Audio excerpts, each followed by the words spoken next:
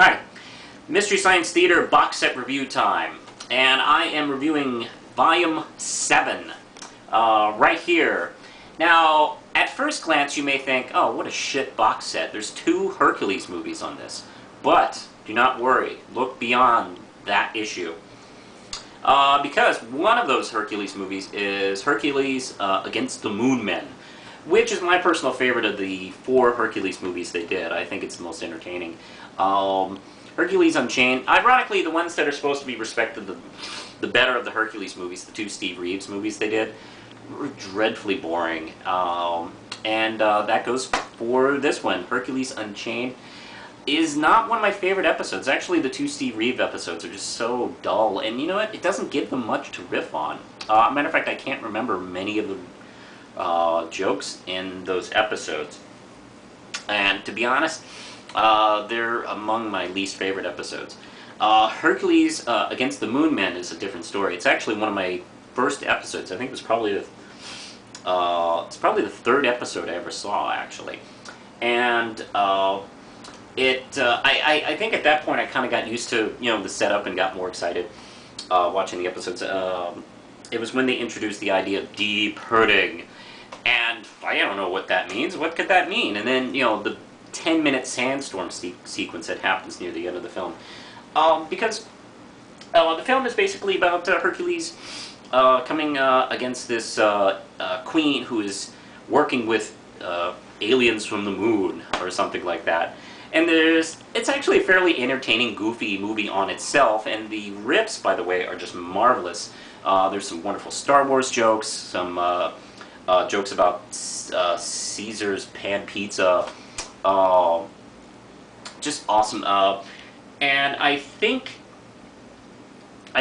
this is where the joke started about you know, tough guy names in movies, where they have a lot of fun with. But boy, this movie just screeches to a halt when the sandstorm sequence comes in. You just see people wandering around a set for like almost 10 minutes. And what's funny is they have a lot of fun with that. Like, they act like this was some horrible form of Dick Cheney torture that was brought upon them. And they do everything they can to get by it. What's funny is, yeah, they cut out commercials, but you can tell when commercial breaks are going on.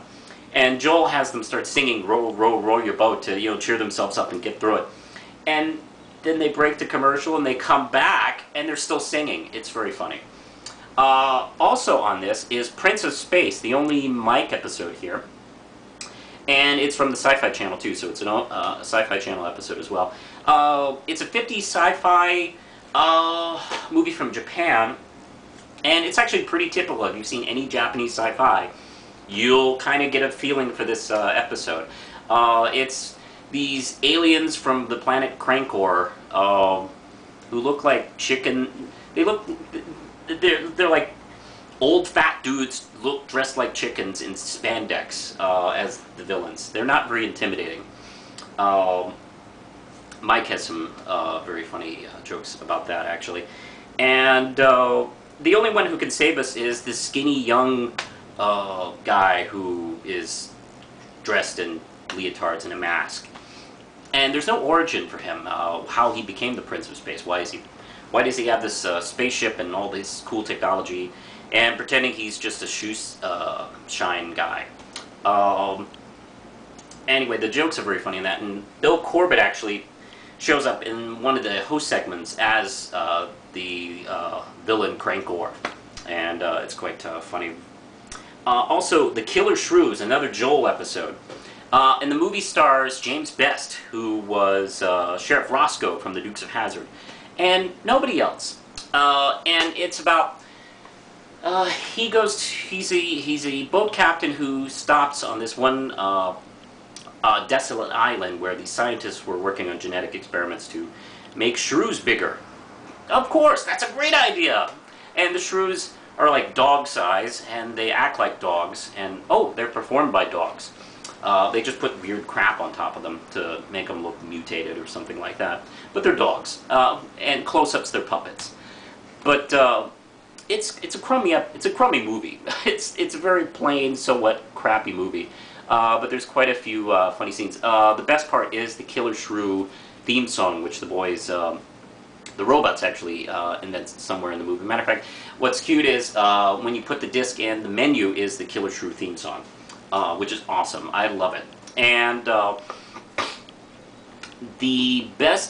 that's probably the best disc, because what's cool about that disc, the Killer Shrews one, is it has 3 bonus shorts. Century 21 Calling, a one with Mike.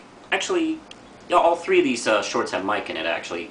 A Case of Spring Fever, which is sort of, It's a Wonderful Life, but with springs. Like a guy gets mad at his couch for its broken springs, and he wishes for no springs, and a impish creature like grants his wish, and he gets to see the world without springs. It's hilarious, and all the jokes in there are just brilliant. And Assignment Venezuela, which I guess is a training film for an oil company. I can't remember the name of the company, but talking about how bringing American employees to Venezuela to work on the oil companies. Ha ha ha! And little did we know, just a few years ago, we'd just be screwing those American employees and just hiring whatever help is down there. But my God, I think this film, I can't remember the origin of this film. It wasn't shown on the air. It was actually, I think, some kind of, what was? I think it was at a convention. Yeah, it was shown. It was shown specifically for a convention. Matter of fact, there is a time code in the corner that they left in for the DVD. It's very entertaining. It's very ballsy in some of the jokes. They constantly make jokes that this guy's cheating on his wife throughout the whole episode, and not bothering to learn Spanish. It's extremely funny. I think it's a 20-minute short or something like that. That short alone is worth getting this whole box set. Because if you've MST3K, if you're an MST3K fan and you feel like you've seen every episode, you may have not seen this. This is pretty good, actually. I would have been tempted to give it a 4 RAM chip rating because of the Hercules, but because of Venezuela, that bulked it back up to 5 RAM chips. It's a not bad place to start. I would recommend starting with maybe Prince of Space or Killer Shrews, and Hercules versus the... Well, actually, those 3 are just solid. You can skip Hercules Unchained, or at least save it for last. But 5 RAM chips. Push the button, Lindsay.